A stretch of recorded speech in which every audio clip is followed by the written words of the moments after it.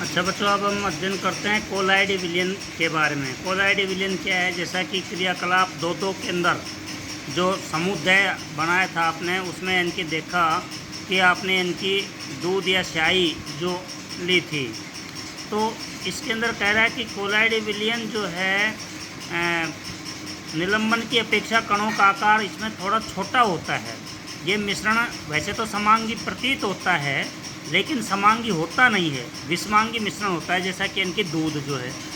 अब कोलाइड विलयन बनने के लिए क्या होता है कि दो अवस्था होती है। एक तो परिक्षेप्त प्रावस्था जिसे विलय कहते हैं, एक परिक्षेपण माध्यम जिसे अपने विलायक के नाम से जानते हैं। तो दोनों को जब मिला दिया जाता है परिक्षेपण माध्यम में, परिक्षिप्त अवस्था में मिला देते हैं तो कोलाइड विलयन बनता है। जैसे मान लो कि द्रव है, इसको गैस में मिला दिया जाए तो इनके एरोसोल बनता है। कोलाइड का प्रकार हुआ एरोसोल, जैसे कोहरा है, बादल है, कुहासा है, इसके उदाहरण है। ऐसे गैस में यदि ठोस मिला दिया जाता है तो एरोसोल बनता है, उसमें धुआं, स्वचालित वाहन का निथार, ये सब आ जाते हैं। यदि द्रव में गैस से इनकी परिक्षिप्त कर दी जाती है तो फोम बनता है, जो शेविंग क्रीम के काम आता है।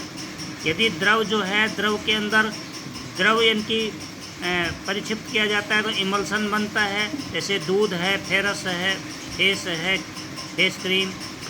ऐसे इनकी द्रव जो है, द्रव में ठोस को इनकी परिक्षिप्त किया जाता है तो सोल बनता है।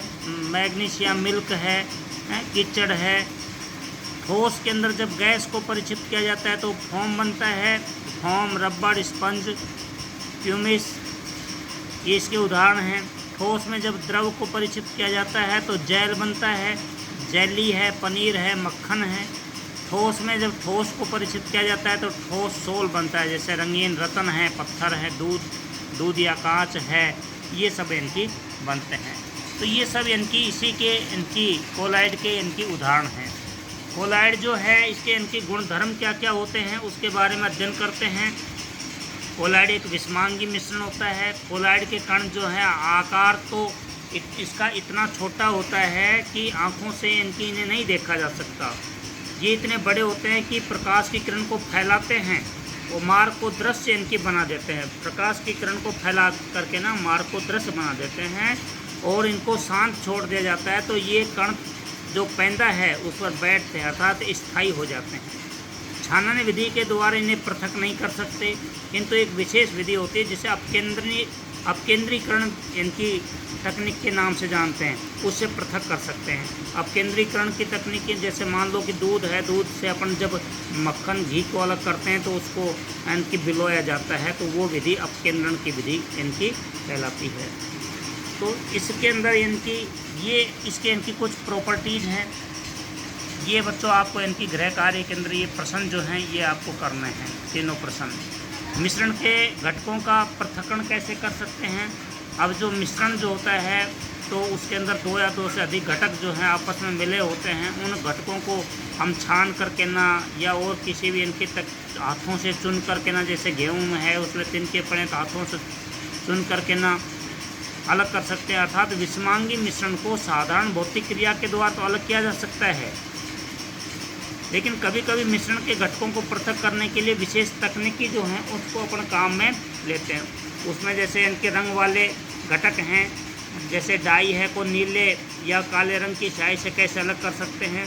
तो इसके लिए इनकी ये डायग्राम दिखाया गया है कि एक आधा बीकर पानी का लेते हैं और उसके ऊपर एक वाच गिलास रख देते हैं, उसमें स्याही डाल देते हैं और अब क्या करते हैं कि इसको लैंप की सहायता से गर्म करते हैं। बीकर को गर्म होता है, पानी उबलने लगता है, उबल कर जब इनकी वाच गिलास के ढक्कन से टकराता है तो उसमें भी इनकी ये जो है जल है वाष्प के रूप में परिवर्तित होता है और जो स्याही के जो कण हैं वो अलग परिक्षेपित हो जाते हैं।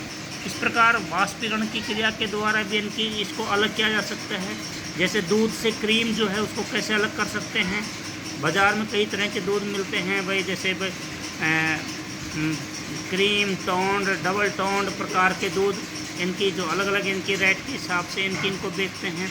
फैट की मात्रा के आधार पर इनका डिवाइडेशन किया गया है।